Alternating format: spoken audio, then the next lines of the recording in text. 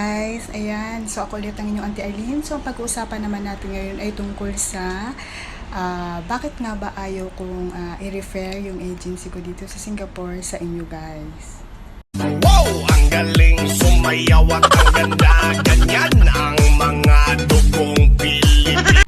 So, ayun, pasensya na kayo. Hindi dahil sa ayaw ko kayong tulungan dun sa nag-PM sa akin. Pero kasi, may reason, personal reason kasi ako kung bakit. At i-share ko sa inyo. At kung bakit hindi ko mabanggit kung ano yung agency ko para na rin po sa privacy nila. Kasi po nung dumating ako dito sa kanila, although hindi ko sinisisi yung aking agent kasi napakabait ng agent ko sa akin. At hindi ko rin pwedeng isisi yung employer ko kasi nga sila naman kumbaga sila yung hindi naman wala namang kung tutuusin wala namang alam ang agency sa background ng ating employer or sa ugali ng ating employer kasi nga pupunta lang yan kumbaga customer nila si employer at naghahanap ng helper si employer. So hindi naman talaga inaalam ni agency kung mabait o kung mabait or hindi yung magiging employer natin.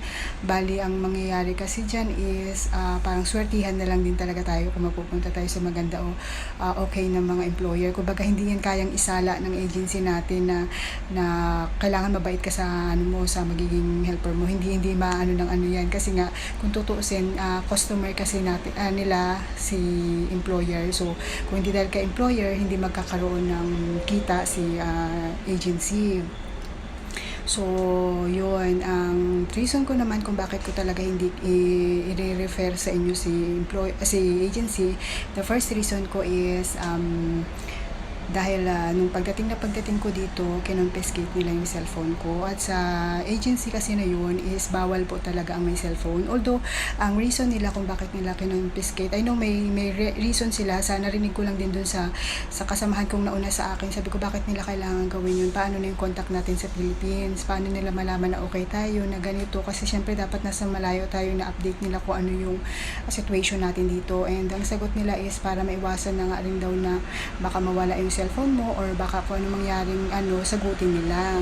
So sa akin naman is okay, pero sana lang since doon naman din kami sa office, kumbaga gumagawa din kami kasi doon, tumutulong kami or kung anong kailangan nandun lang din kami habang hinihintay namin yung pagkuha sa amin ng employer namin, pat hindi kami bigyan ng time na kumbaga isusurrender namin after namin matapos yung office hours na pagtatrabaho namin habang hinihintay yung isurrender ulit namin yung cellphone. Hindi namin pwedeng gawin dun sa parang tinutulugan namin or ano bang tawag doon? Dormitory? Ano bang tawag doon? Yung sa di ba? So yun, so dapat bigyan lang ng oras lang, 'di ba? Pag matutulog na ibalik na yung cellphone. So kasi for me kasi napakahalaga po talaga ng cellphone for communication sa ating lalo't malayo tayo, wala tayo sa sarili nating bansa. So yun ang isang reason ko. Second is compare nung nandito na kasi ako, doon ko na realize na mas iba yung deduction nila compare sa mga kaibigan ko na nakarating dito kasi mostly sa kanila is mababa. Nagra-round kasi doon sa akin ng 3 months to 3 months and a half to 4 months. Depende kasi kung magkano yung nagastos ng agency mo sa'yo. Kung nagkaroon ka ng mga problema, kung nadidelayed ka. Usually nangyari kasi yun sa akin. Nagkaroon ng problema. So yun, nagpa-base kasi din sila doon sa kung magkano yung nagagastos sa'yo or kung magkano yung doon sila base ng deductions.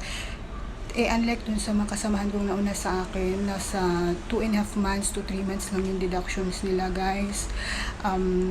Pagka huwag kayo mag-select lang, huwag kayo magmadali, advice ko lang. Kung merong mga agency na mamili kayo, huwag lang kayo mag-base sa isang agency lang na porque meron kayong nahanap na agency dito sa Singapore, yun na yun. Huwag hanap-hanap pa kayo ng baka meron pang mas mababa ang deduction kasi guys, yun pa lang na per month na masisave nyo is malaking halaga yun. Nasa kulang-kulang 30,000 na rin yun. Kumbaga malaking halaga na yun, guys. Wag nyong isipin na porque dito sa agency nito baka mabait ang mga amo. Hindi rin naman alam ng agency kung ano magiging ugali ng mga amo natin. So yun, swertihan na lang talaga. So maghanap kayo ng agency na mas mababa ang deduction. And then ang sunod ko is yung magbase din kayo sa agency na mataas din magbigay ng rate.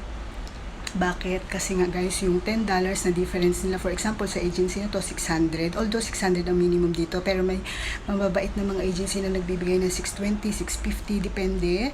Sabi ko nga, minsan depende sa agency din. Meron kasing naka-bracket talaga dito na yung minimum is 600.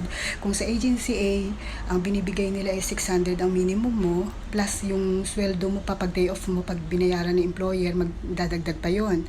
Tapos sa agency B naman, nagbibigay sila ng 620.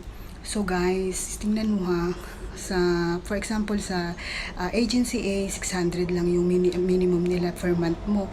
Eh dun sa agency B, 620. So may $20 na difference every month. Ang $20 na yan guys, nasa 820 pesos na po yan sa atin.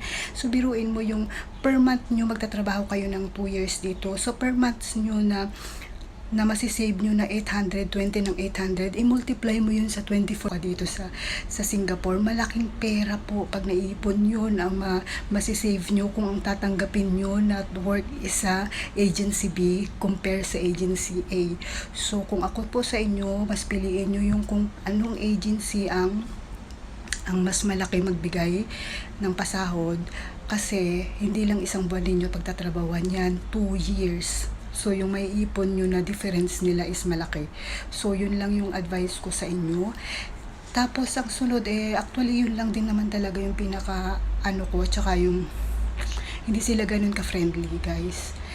Hindi sila ganun ka-friendly sa mga staff nila, or kung tutuusin, kahit mga helper lang tayo, kasi tayo yung nagdadala ng pera sa kanila, kung hindi dahil na-hired nila tayo, although naglabas sila ng pera sa atin, pero rin naman, binayaran din naman natin yun with interest pa nga, sobra-sobra na nga rin yun Kumbaga, dapat tayo yung nagdadala ng pera sa kanila, dapat naman maging nice sila sa atin, or although siguro ganun sila makipag parang ang katwiran nila is parang sinasanay din nila tayo na makisalamuha sa mga rude na tao, para in case hindi na tayo maging parang mahanda yung loob natin. Pero kasi guys, first time natin nag-abroad, papalayo tayo sa dapat naman maging friendly or maging i-accommodate nila tayo ng maayos, di ba? Yung ganun. So, yun ang reason ko po kung bakit hindi ko kayo maano sa agency ko. Ayoko na sa bandang huli ako rin po yung masisi na, ay, bakit dito ako sa ganito na agency naman, tinulungan niya ako, pero grabe naman tong agency to, parang hindi sa walang puso, pero napaka-firm nila sa mga, nila, sa mga helper nila, sa mga employees nila. So, ayokong ako, pero kahit try ko, kung meron ako makita mga agency dito na okay, magtatanong-tanong din ako sa mga kaibigan ko yung mga agency nila, at gagawan ko ng video kung saan kayo pwede mag-apply. Pero po, ang po kasi sa pag-apply ay swertihan, nasa palad yun talaga yung swerte nyo, wala sa akin. Yun lang, bye-bye.